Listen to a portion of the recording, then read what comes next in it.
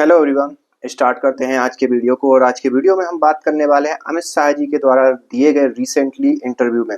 उस इंटरव्यू की चर्चा इसलिए भी ज़्यादा हो रही है क्योंकि आपको मालूम होगा कुछ दिन पहले भारत की गवर्नमेंट जो वर्तमान गवर्नमेंट है, जो कि नरेंद्र मोदी जी की गवर्नमेंट है, वो एक कानून लेकर आई।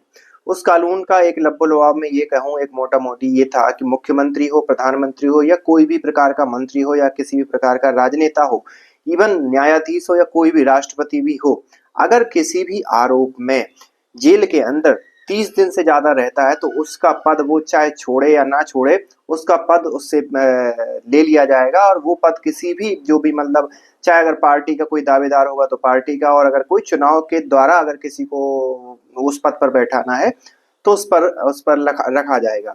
अब इस चीज का जैसे ही ये निकल कर सामने आया ये विधेयक, तो भाई विपक्ष का, जैसे विपक्ष करता है, उसने वॉकआउट कर दिया। उसने साथ ही साथ उस जो विधेयक है उसके बारे में चर्चा भी नहीं होने दी संसद के अंदर। और उनने आरोप ये लगाया कि भाई साहब, बीजेपी जो है इस प्रकार के कानून लाके कहीं ना कहीं जो विपक्ष की पार्टी है, विपक्ष की सरकार है, उनको गिराने की कोशिश करेगी या उनके जो चेहरे हैं उन चेहरों को डिमीन करने की कोशिश करेगी। तो ये सारी चीजें चल रही थी।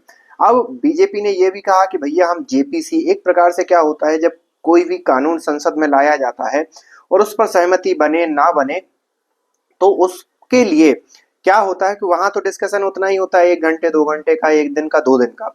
लेकिन उस उन सभी उनमें कई प्रकार से शोरगुल भी होता है। लोग विरोध वाले भी बोलते हैं, पक्ष वाले भी बोलते हैं, तो एक प्रकार से एक निर्णायक भूमिका में वो डिस्कशन नहीं हो पाता। तो एक जेपीसी नाम की व्यवस्था बनाई गई है जिसे हम बोलते हैं ज्वाइंट पार्लियामेंट्री कमेटी।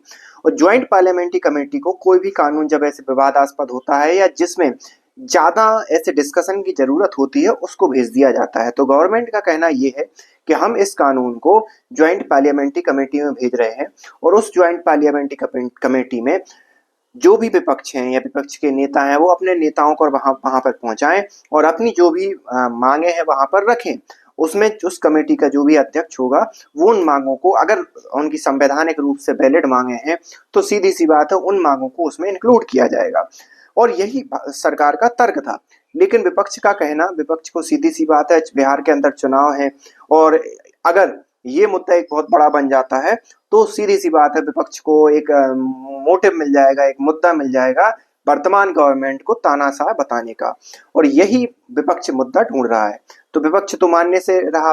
वो बात अलग है कि विपक्ष में जेपीसी के अंदर विपक्ष अपने नेता भी भेजेगा, अपनी मांगे भी रखेगा और उसके बाद भी विरोध करेगा।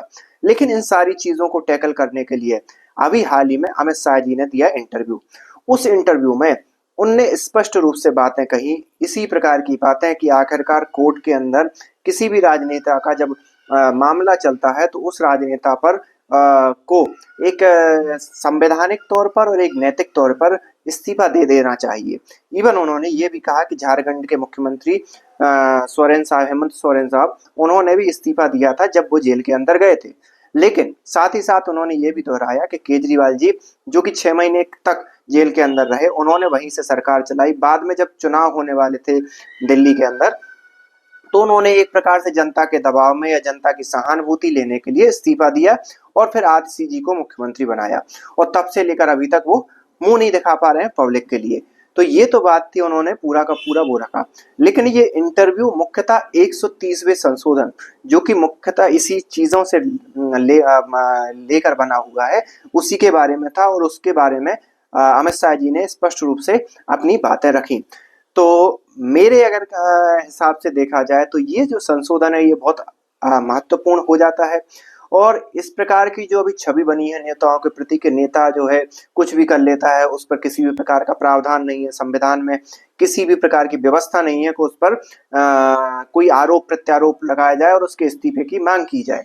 क्योंकि ये चीज मुख्यमंत्री के, जब दिल्ली के मुख्यमंत्री जब जेल में थे तो उस समय ज्यादा उजागर होकर आई थी। और इस प्रकार का कदम उठा के गवर्नमेंट ने एक टूल दे दिया है जिसमें ना केवल भारतीय जनता पार्टी के बल्कि विपक्षी पार्टियों के भी नेताओं और उनको इसके उसमें लाया गया है, इसकी सीमा में लाया गया है। तो एक लोकतांत्रिक राष्ट्र होने के नाते ये एक बहुत अच्छी व्यवस्था है मेरे हिसाब से। आप इस बारे में क्या सोचते हैं, आप हमें कमेंट करके बताइए। मिलते हैं नेक्स्ट वीडियो में, तब तक के लिए थैंक यू।